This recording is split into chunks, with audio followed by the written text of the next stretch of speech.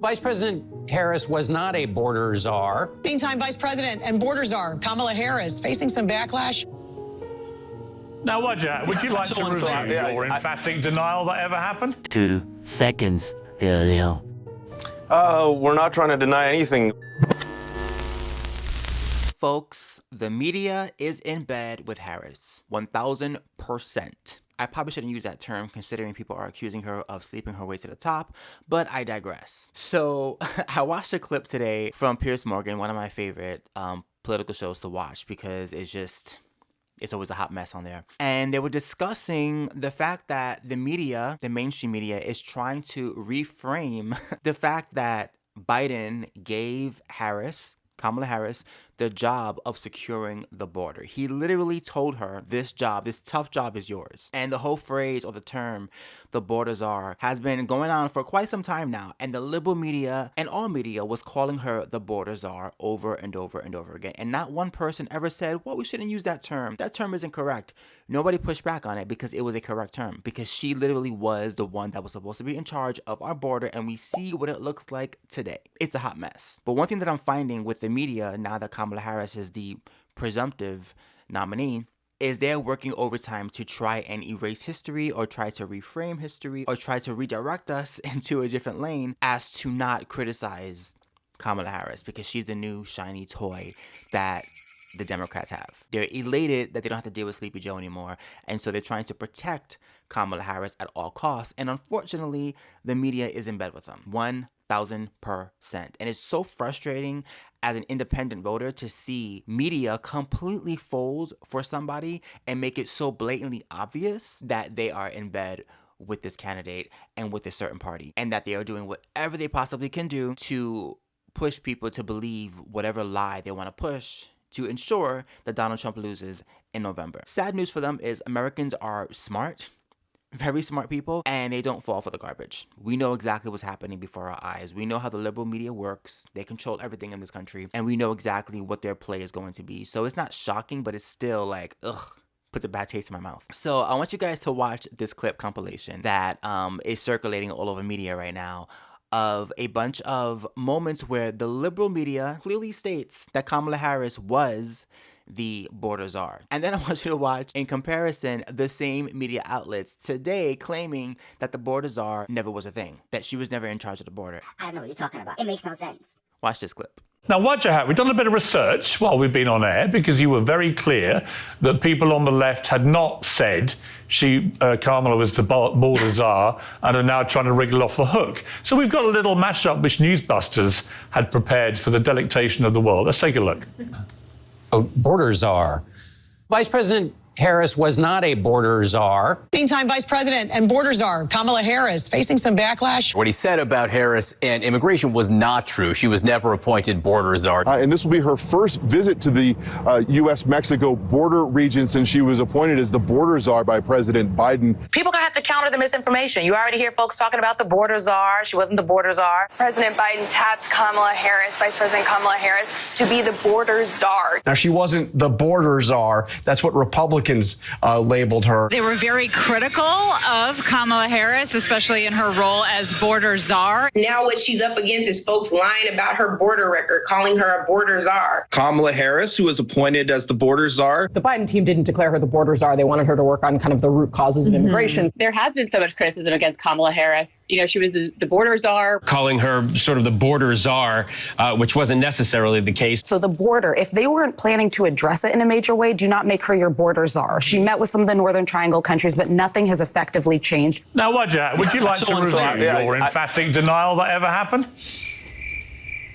Well, that's funny. Sounds like she was the border czar. It sounds like the media had it right originally, and then when she became a presidential candidate, suddenly that term was too controversial. You know why they're running away from that term? You know why they don't want us to remember what they called her? Because they know that now that she's running as the presumptive nominee, the border's a mess. And who was responsible for that? You can't even blame Biden because Biden gave her the responsibility. He said, you, right there, you, lady, right there, my DEI hire, you are responsible for the border. So now the media is trying to reframe this quickly because they know how bad this looks. And immigration is one of the top issues for most Americans.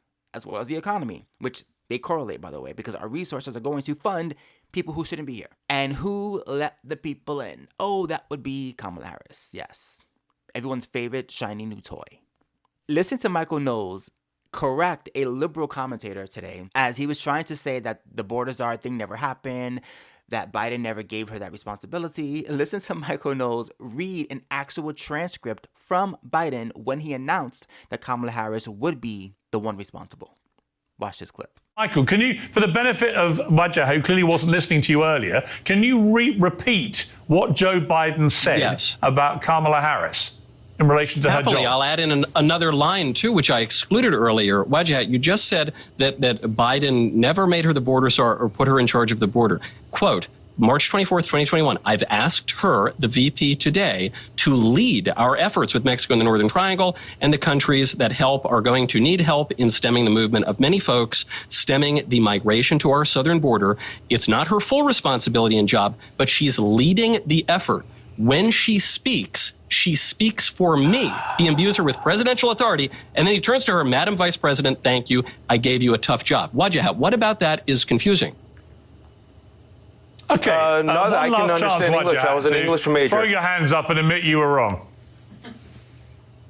No, I know that you guys are doing the RNC's work for them. I know you're trying to help Trump, who's struggling right now. Facts matter, you said. No, facts matter. You said you all are saying that she's the border czar, and I have ears, and I heard that, and she is not the border czar. Yeah, buddy.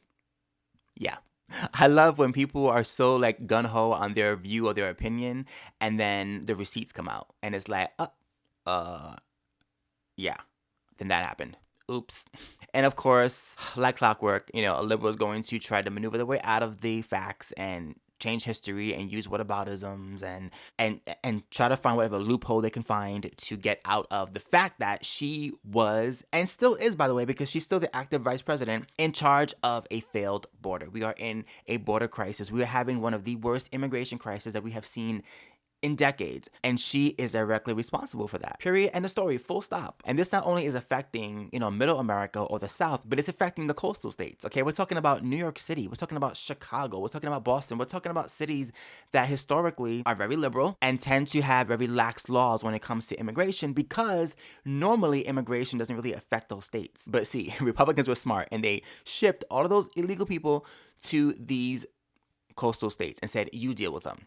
How about that? And what happened? You had mayors in New York City finally saying that we are having a major immigration crisis and we cannot handle what's happening. We don't have the resources. And what is happening right now? Stop it. Stop bringing them over here. We turned this city around in 20 months. And then what happened? Started with a madman down in Texas decided he wanted to bus people up to New York City. 110,000 migrants. We have to feed, clothe, house, educate the children, wash their laundry sheets, give them everything they need, health care. And this team here, we stated, let's do everything possible before we have to push it out into neighborhoods and communities. Month after month, I stood up and I said, this is going to come to a neighborhood near you. Well, we're here. When liberal states and liberal mayors are finally speaking up about the protection of American people and our resources when it comes to immigration, you know you got a problem, Kamala. You know you got a problem. And that's going to be her biggest issue when she debates Donald Trump, whenever that happens, is how is she going to defend the border crisis and the immigration crisis that we are currently having right now when she was and is the border czar? Yes, you are, lady. Yes, you are. You took on that responsibility and you have failed, just like everything else in your political career. You're unpopular, and I keep saying this, once the dust settles, people are going to realize who and what Kamala Harris is, and they're going to wake up and realize, oh yeah, that's right, she's the same person that's been running the country with Sleepy Joe for the past 4 years, and our country is a mess. Why anybody would want to vote for that again, because this time it's a woman and not a man, makes no sense to me. I care about policies and substance. I don't care about your gender. I don't care about your skin color. I don't care about your ethnicity. I don't care about that crap. I don't care. What I care about is what are you doing for the country? And what have you done so far? And if we're looking at her grades, it's an F. A big fat F. But the media wants us to forget that. The media wants us to focus on the fact that she could be the first woman. And I mean, it would be great to see a woman lead, absolutely, but the right woman has to be the leader. Okay, I'm not gonna just pick anybody. But the media has their new favorite shiny toy, so expect them to fawn over her for the next 4 months, trying to get her elected. In my opinion, it's not going to work. I think Americans are way too smart and the dust will settle. But the media is working overtime. I mean, I just posted this on my YouTube community tab of CBS News with their headline, Trump falsely accuses Harris of donating to Minnesota Freedom Fund, bailing out dangerous criminals. And this was posted on July 25th by CBS News. Here's a tweet from Kamala Harris. If you're able to, chip in now to the Minnesota Freedom Fund to help post bail for those protesting on the ground in Minnesota. So how exactly was Trump lying and falsely accusing her of donating funds and pushing people to donate to help bail out these criminals? Please tell me. You can't. But that's the media for you. That's the media. And if you aren't fact checking and you're just a casual viewer, you may see that headline and think it's true. And that's the scary part about it, is that people are not doing their due diligence and checking and fact checking and doing the research. And I just want to encourage you guys to please do your own research. Don't just take my word for it. Don't just take CBS's word for it. Do your own research. Figure things out for yourself. Trust and believe that the media is always going to lie to you first and foremost, especially if it's a left-leaning news station. They have their own agenda and they will purposefully leave things out that don't make their candidate look good. So always question everything. There's always a motive behind everything. They're afraid. They're afraid that Donald Trump is going to be president again, and they're doing everything in their wheelhouse to try and stop that from happening, including false headlines and false stories and revisionist history. So just keep that in mind as you're going throughout your day. It's going to happen. But I'm here to stop that. Let me know in the comments down below what you think of this video topic, what you think of the media and what they're doing, and do you see what I see? I see a media that is scared, poopless right now, trying to rewrite history, and I think my viewers are much smarter than that, and I'm pretty sure you guys are not falling for it. But let me know what you think in the comments down below. If you enjoy my content, please do not forget to like, comment, and subscribe. Don't forget to hit my notification bell so you know when I post more videos. And if you want to watch more political and social commentary videos, click on the links over here to watch more of yours truly. Until next time.